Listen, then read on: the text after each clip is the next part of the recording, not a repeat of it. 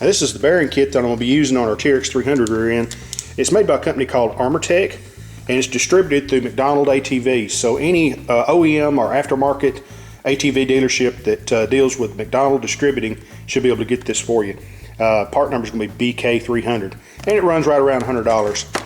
And what this thing has is basically it's got every bearing and every seal, not only for the differential, but it also has the O-ring and the seal and the bearing for the brake panel over on the other side. So you got everything you need in one convenient little kit. It's pretty neat.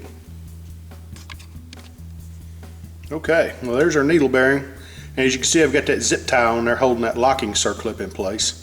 What I'll do is I'll take that, put it on the end of the pinion gear, and then I'll put my socket on the end of that nut. Then we'll put this in the press and we'll press it down in there.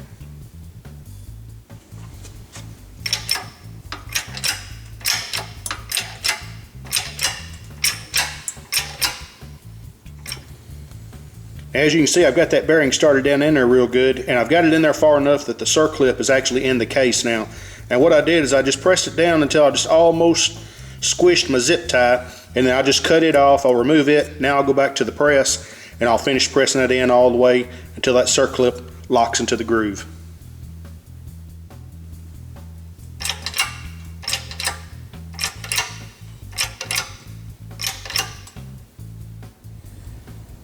As you can see, I've got that bearing pressed in there to where you can see that lock ring right in the center of the little window hole there. And I did run into a little bit of a snag. When I was pressing this down before, my pinion was actually bottoming out on the back side of the case. So as you can see here, I got me a little washer. What I did is I just dropped that washer in there to space that pinion up a little bit so I could go ahead and press that bearing on down the rest of the way. But yeah, there she goes. She's in there, so we'll go ahead and continue pressing the remainder of the bearings in. Next, we're going to press the pinion bearing onto the pinion gear. Don't forget the shim. Put that on there, start your bearing, and we'll press it on down.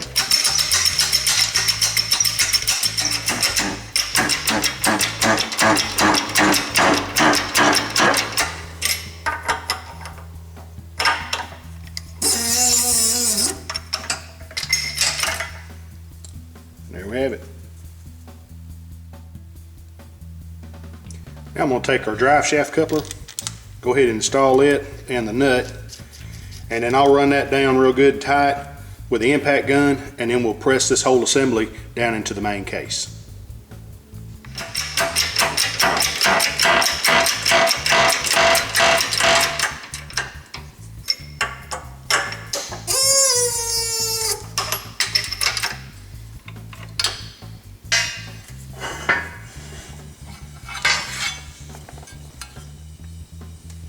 There we go, press down in there all the way real good. So now I'm going to take these brackets off, and then we'll put the pinion retaining nut back in there, and we'll pretty much have that pinion about done. Now I'm going to install the retainer nut for the pinion gear, but before I do, I want to show you a little detail here before I cover it up with that nut. If you'll notice right there in the case where the threads start, you can see that little notch cut in the case. Also, the retainer nut itself has a little flange on the top edge of it. And what that's for is once we run that down in there and torque it down real good, then I'll take a punch and I'll stake the edge of that flange that's in that nut into that recess in the case, and that'll lock it in place so that this can't back out.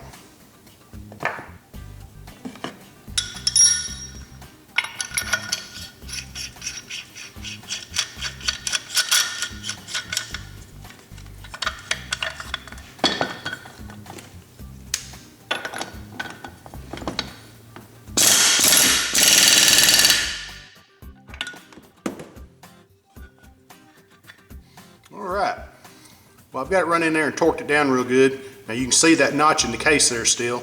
So next I'll take me a punch and I'll stake that nut into that little slot. And that'll lock it in place.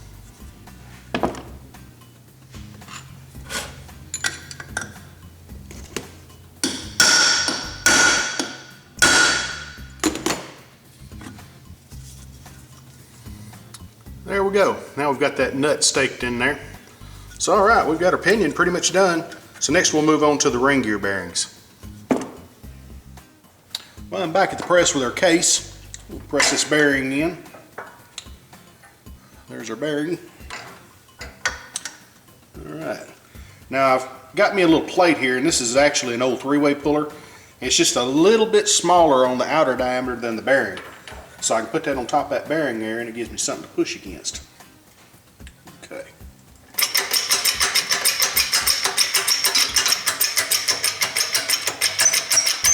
Just press it down in there until it stops.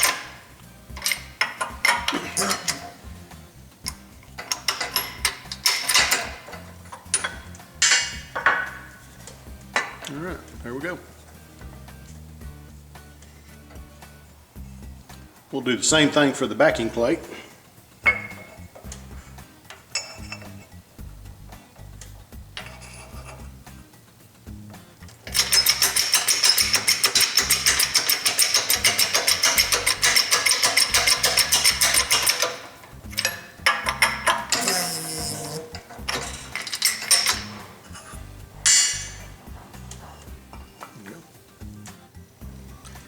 Okay, I'm ready to start pressing the seals into cases now, but before I do, I want to take a few minutes and talk about shims.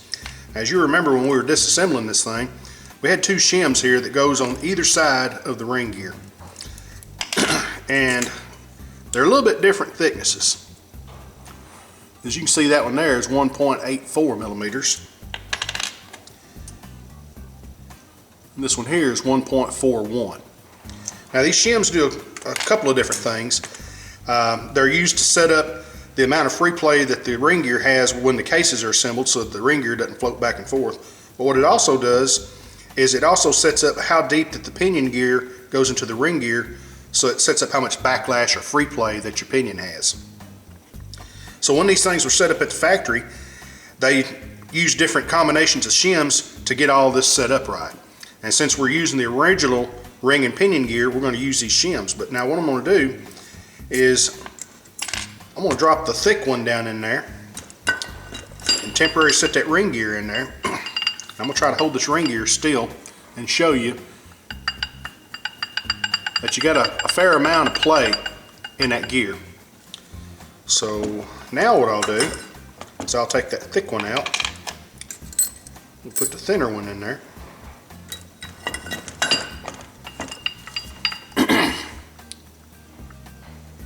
And as you can see, it's not quite so much. Now, if a fellow wanted to take the time and order up a whole handful of shims, you could go in there and play with it and probably get that play down a little bit more, but you don't want to get it too tight, because usually what I found is if you get those, the clearance is too tight on these, it'll cause the rear end to overheat and fail. So when we go to reassemble that, then what I'm going to do is I'll just take the thinner shim and I'll put it next to the pinion. We'll put the thicker one on the outside. Getting ready to press in our pinion seal, and as you can see here, I've got the case back in the press, and I've used the brackets I made earlier, and what I did is I cut them out a little bit so it would give me plenty of clearance for the seal and my tool to go down in there to press that seal in. So I'm going to drop that seal down in there, just like that.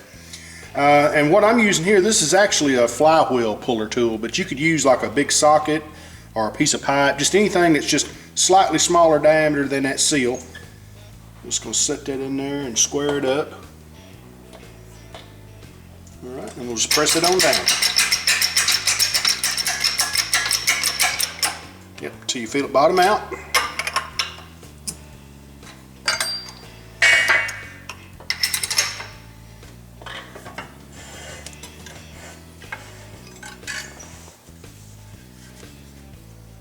And there we are. Now I'm going to press the seal into the main case. There's our seal. Set it in there. Then I'm just going to use my little plate. That way we can just press it down flush.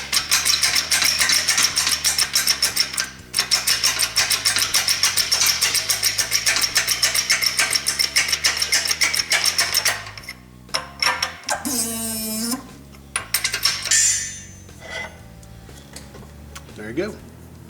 Nice and flush. Now I'm going to press the seal into the backing plate.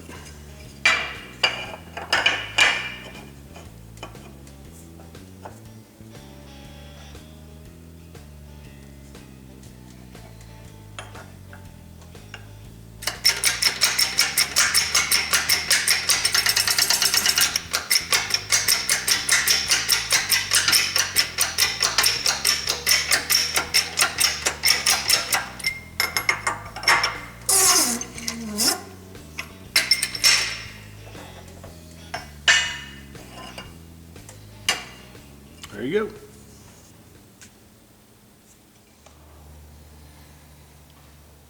Now you'll notice that this case does not have a gasket or an O-ring or anything to seal it up. It just uses sealer. Now originally this would have had like what they call Honda Bond. It's actually made by 3 Bond, but you can use this, or you can use Permatex Ultra Black, works real good. You can use clear silicone, just whatever you have handy. But I'm going to be using the old Yama Bond. And you just take a little of that. Doesn't take a whole lot. Just kind of smear you a little bit on there, and we'll work our way around the case.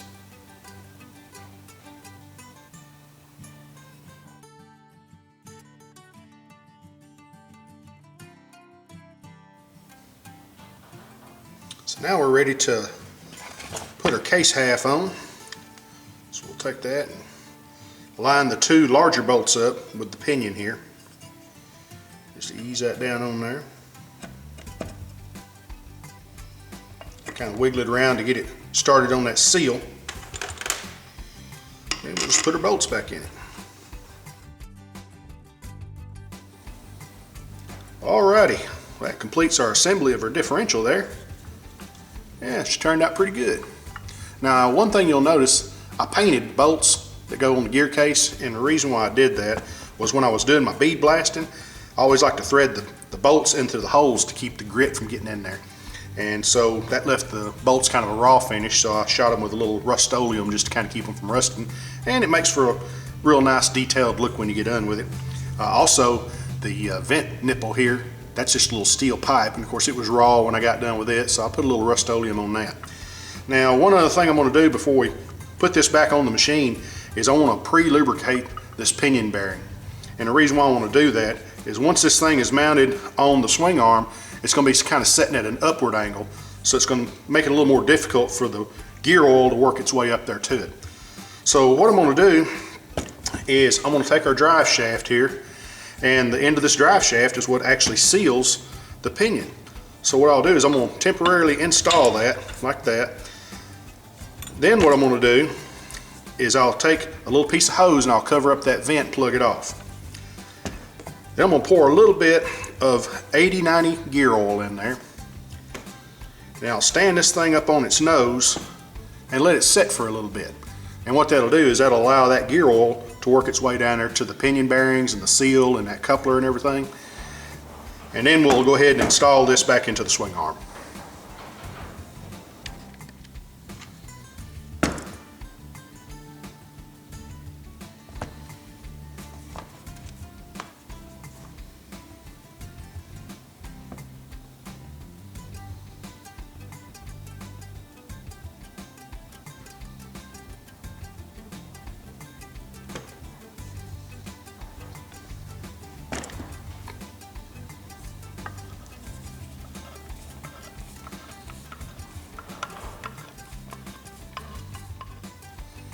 Now that I'm done pre-lubricating that pinion bearing, I'm going to go ahead and cap this off temporarily.